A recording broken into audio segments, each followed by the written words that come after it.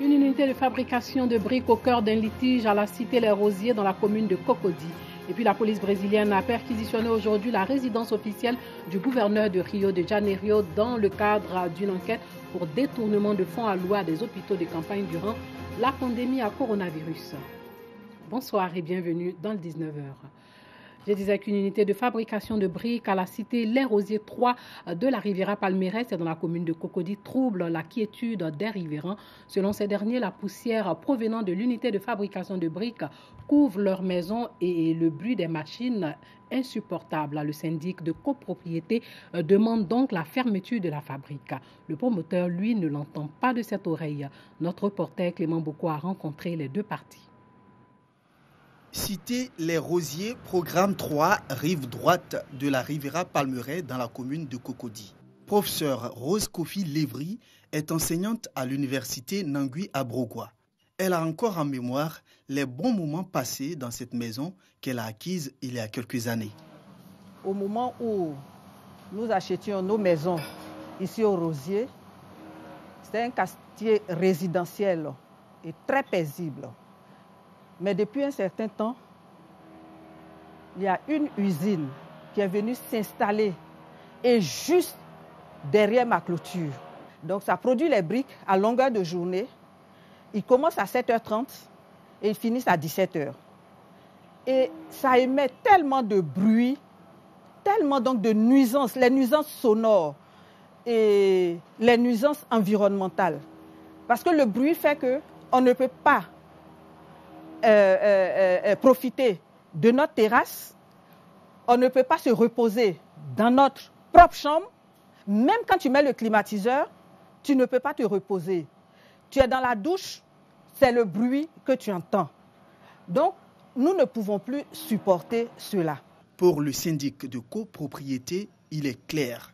L'unité de fabrication de briques située à proximité de leur cité est responsable de leur inconfort. Jusqu'à près de 500 mètres, toutes les villas reçoivent non seulement entendre le bruit de l'usine, du groupe électrogène, et en plus, nous avons la poussière de ciment et de sable. Dès le moindre courant d'air, les maisons sont envahies par cette pollution environnementale.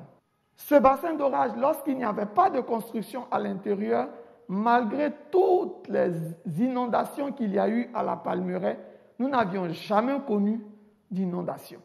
Mais quand ce monsieur a mis sa clôture qui enferme près de 3000 mètres carrés d'occupation de ce bassin d'orage, nous avons maintenant chaque année, lorsqu'il y a de grandes pluies, des inondations dans les villas.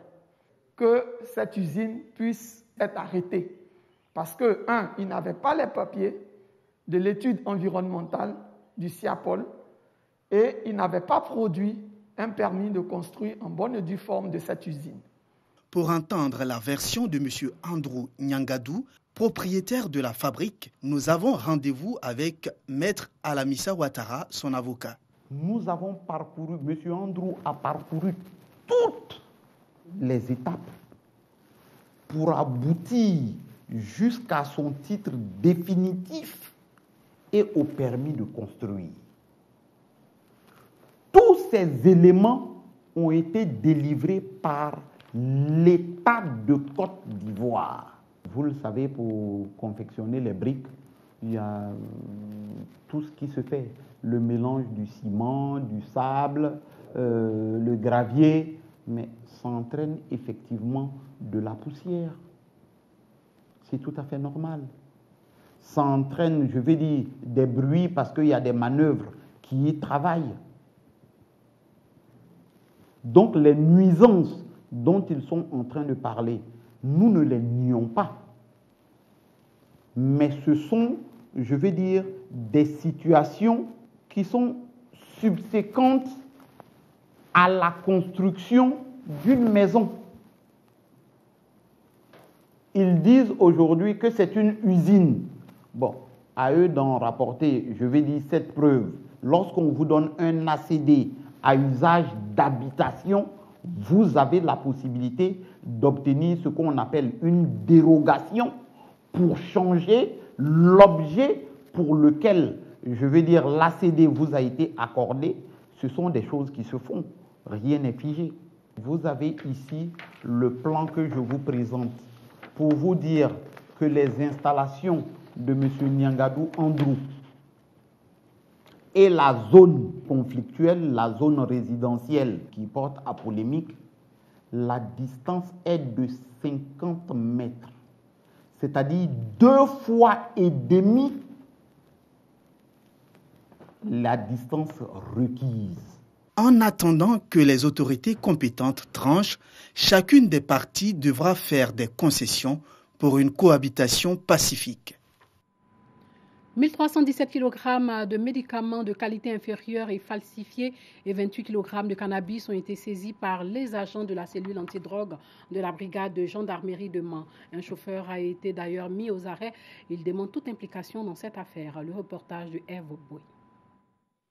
Ce sont au total 1317 kg de médicaments de qualité inférieure et falsifiés qui ont été saisis par la cellule antidrogue de la gendarmerie de Mans dans la nuit du 22 au 23 mai 2020 à Danané. Et cela suite à une information anonyme faisant état de ce qu'un véhicule en provenance de la frontière Côte d'Ivoire-Guinée transporterait des médicaments frauduleux. Nous avons monté une opération de filature et nous avons eu à intercepter ce véhicule dans la zone de Danané à 1h, 2h du matin. Voilà. Alors, à la vue de nos éléments, le chauffeur et les 2 occupants ont voulu prendre la fuite. Bon, malheureusement, le chauffeur, on a pu l'intercepter. Les 2 autres éléments ont pu prendre la fuite. Interrogé, le chauffeur affirme que ces colis appartiennent à des femmes qui ne sont pas montées dans le véhicule. Il était censé les déposer à Mapleu, où d'autres personnes devraient les récupérer pour leur destination finale Bangolo. Il soutient en outre ignorer la nature des colis car il n'a pas assisté au chargement. Quand je venais vers Toilé, comme c'était le marché, les femmes, il y avait du monde. Et c'est là ils m'ont dit maintenant que de prendre les bagages pour venir. Bon, on a discuté le prix. Comme ce jour-là, j'étais en carême, il était de l'heure de rituel. Là, je suis allé faire les rituels du carême. Maintenant, en attendant que les gars étaient là chargés. Maintenant, bon, d'habitude, je prends les trucs, les bagages des femmes qui vont au marché. Bon, je ne me suis pas rendu compte que peut-être que c'était ça. Le chauffeur, seul mis en cause pour l'instant, sera déféré. Les médicaments frauduleux, quant à eux, seront incinérés. La cellule antidrogue de la gendarmerie de Mans a également saisi 28 kg de cannabis le 18 mai dernier à Bangolo avec un individu en provenance d'Abidjan. Jugé, il a écopé de 10 ans d'emprisonnement. La riposte sanitaire contre le coronavirus se poursuit. 2 autres communes, notamment Bingéville et Atekoubé, viennent d'enregistrer leur centre d'accueil et de dépistage de la maladie à coronavirus. Un site qui peut enregistrer en moyenne 100 prélèvements, ce qui s'ajoute aux 7 autres sites déployés dans le Grand Abidjan pour faciliter la prise en charge précoce des cas confirmés. Et puis le maire de Sikensi, dans le sud du pays, a fait des dons en vivres aux leaders communautaires, guides des différentes confessions religieuses et à la chefferie traditionnelle de sa commune. Occasion pour les autorités de ce département de la région de Lagné-Bitiassa de sensibiliser les bénéficiaires au strict respect des mesures barrières en vue de lutter contre la maladie à coronavirus. Paga Sorokoni. Cours de la mairie de Sikensi, ville située dans la région de Lagné-Bitiassa, au sud de la Côte d'Ivoire. Chef traditionnel, guide des différentes confessions religieuses, leaders communautaires, associations des femmes et des jeunes reçoivent des mains des autorités administratives, des élus et cadres du département, des dons en vivres et des kits d'hygiène et de protection. Cette initiative de la municipalité, qui s'inscrit dans le cadre de la lutte contre la crise sanitaire, la Covid-19, vise à protéger les populations contre cette maladie. Dès les premières heures de cette crise sanitaire, on a invité la population à une concertation pour pouvoir respecter les mesures barrières. Il faut reconnaître que cette population a adhéré. C'est pour nous, en tant qu'élus, une fois encore, de les regrouper pour leur dire merci, de nous avoir compris, nous accompagner pour que, aujourd'hui à Sikensi, ne puisse pas avoir des cas de contamination. Cette initiative du maire de Sikensi et de son conseil a bénéficié du soutien des autorités administratives, des élus et cadres du département. C'est un acte de générosité que nous faisons en ce moment difficile. Comme le préfet a dit, lorsqu'il y a la mer, il y a de l'eau, il y a tout, ce n'est pas la peine de venir en ajouter. Mais lorsque tout a tari, on a besoin des personnes humaines, généreuses pour venir aider. Ce geste de la municipalité fort apprécié par les bénéficiaires. Merci à tous ceux qui sont organisés pour nous donner quelque chose pour réjouir nos cœurs et pour pouvoir résister au combat contre le Covid-19. Au cours de cette cérémonie de don, les populations ont été sensibilisées sur l'importance du respect des mesures barrières en vue de stopper la chaîne de contamination.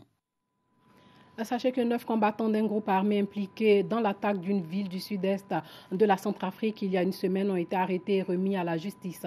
Ces 9 miliciens appréhendés appartiennent à une branche de l'Union pour la paix en Centrafrique, selon la Cour pénale spéciale. À quelques mois de l'élection présidentielle prévue en décembre prochain, la Centrafrique est toujours en proie aux exactions des milices malgré la signature d'un accord de paix entre le pouvoir central et 14 groupes armés, dont l'UPC le 6 février 2019. Créée par décret en 2015 et inaugurée en 2018, la CPS est chargée de juger les violations graves des droits humains et du droit international humanitaire commises en République centrafricaine depuis 2003. Elle est composée des juges nationaux et internationaux et soutenue par l'Union européenne et l'ONU.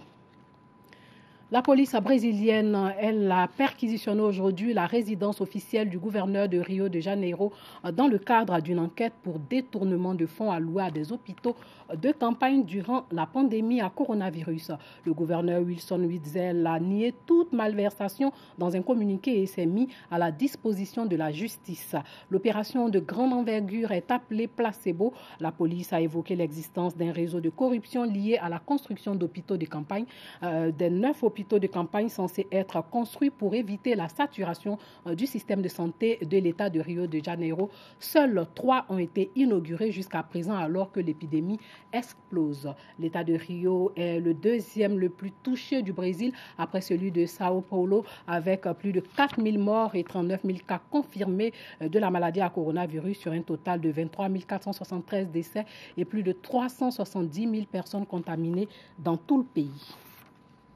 Et pour finir, sachez que l'Inde combat ces jours-ci sa pire invasion de criquets pèlerins en près de 3 décennies, des essaims de dizaines de millions d'insectes détruisant des cultures dans des régions septentrionales, c'est-à-dire au nord du territoire indien. Les autorités indiennes recourent à des drones, des tracteurs et des voitures pour suivre ces insectes et les asperger de pesticides. Ils ont déjà ravagé près de 50 000 hectares de cultures depuis leur arrivée en avril dans l'état du Rajasthan, dans l'ouest du pays, en provenance du Pakistan. L'Inde n'avait pas connu de peste acridienne de cette ampleur depuis 1993. Un essaim d'1 kilomètre carré, sachez-le, contient environ 40 millions de criquets qui consomment en une journée autant de nourriture que 35 000 personnes.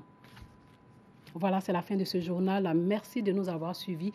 Portez-vous bien et que Dieu veille sur nous.